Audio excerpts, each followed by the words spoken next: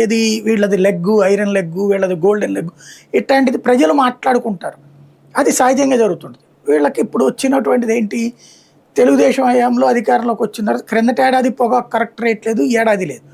వాళ్ళ అదృష్టం ఏంటంటే ఆ టైంలో చైనా కానీ ఇతర దేశాల్లో బాగా సేల్స్ ఉండటము, అక్కడ పొగాకు అక్కడ వరదలు తుఫాన్ల వల్ల పాడైపోయినాయి ఆ ఏరియాలో.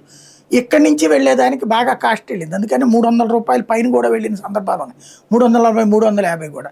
మిర్చి కానీ పొగాకు కానీ ఆ టైంలో ఒక రకంగా అద్భుతమైనటువంటి ఛాయిస్ వచ్చింది. అది వాళ్ళ అదృష్టం, అతని అదృష్టం. ఇప్పుడు అది చెప్పుకోగలుగుతున్నాడు జగన్, నా హయాంలో అయితే ఎంత వచ్చింది, ఇప్పుడైతే తక్కువ వచ్చింది అన్నటువంటి.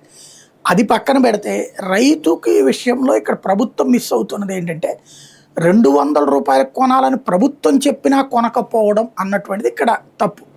అక్కడ ప్రభుత్వం, ఇంకా ప్రభుత్వ పాత్ర ఏంటి?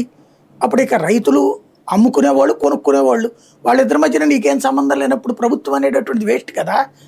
అలా కాకుండా వాళ్ళిద్దరి మధ్యన అనుసంధాన పాత్ర. ఇప్పుడు మొన్న ఆక్వా వాళ్ళది ఉంది, ప్రభుత్వం తగ్గించమని స్వయంగా చంద్రబాబు గారు చెప్తే వాడు తగ్గించను బొమ్మనే ఇంకొంచెం పెంచి చూపెట్టా. ఇప్పుడు ఇంకా ప్రభుత్వం ఎందుకు, ప్రభుత్వం మీద నమ్మకం ఎందుకు ఉంటుంది రైతులకి? అది కదా ఆలోచించాల్సిన ఇష్యూ.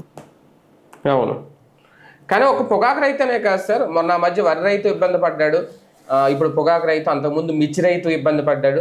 అంటే రైతుల విషయంలో ఒక నిర్లక్ష్యం అయితే కనిపిస్తుందా ఈ ప్రభుత్వ ధోరణిలో? అందుకే వాళ్ళ తరపున జగన్మోహన్ రెడ్డి పోరాడాల్సి వస్తుంది.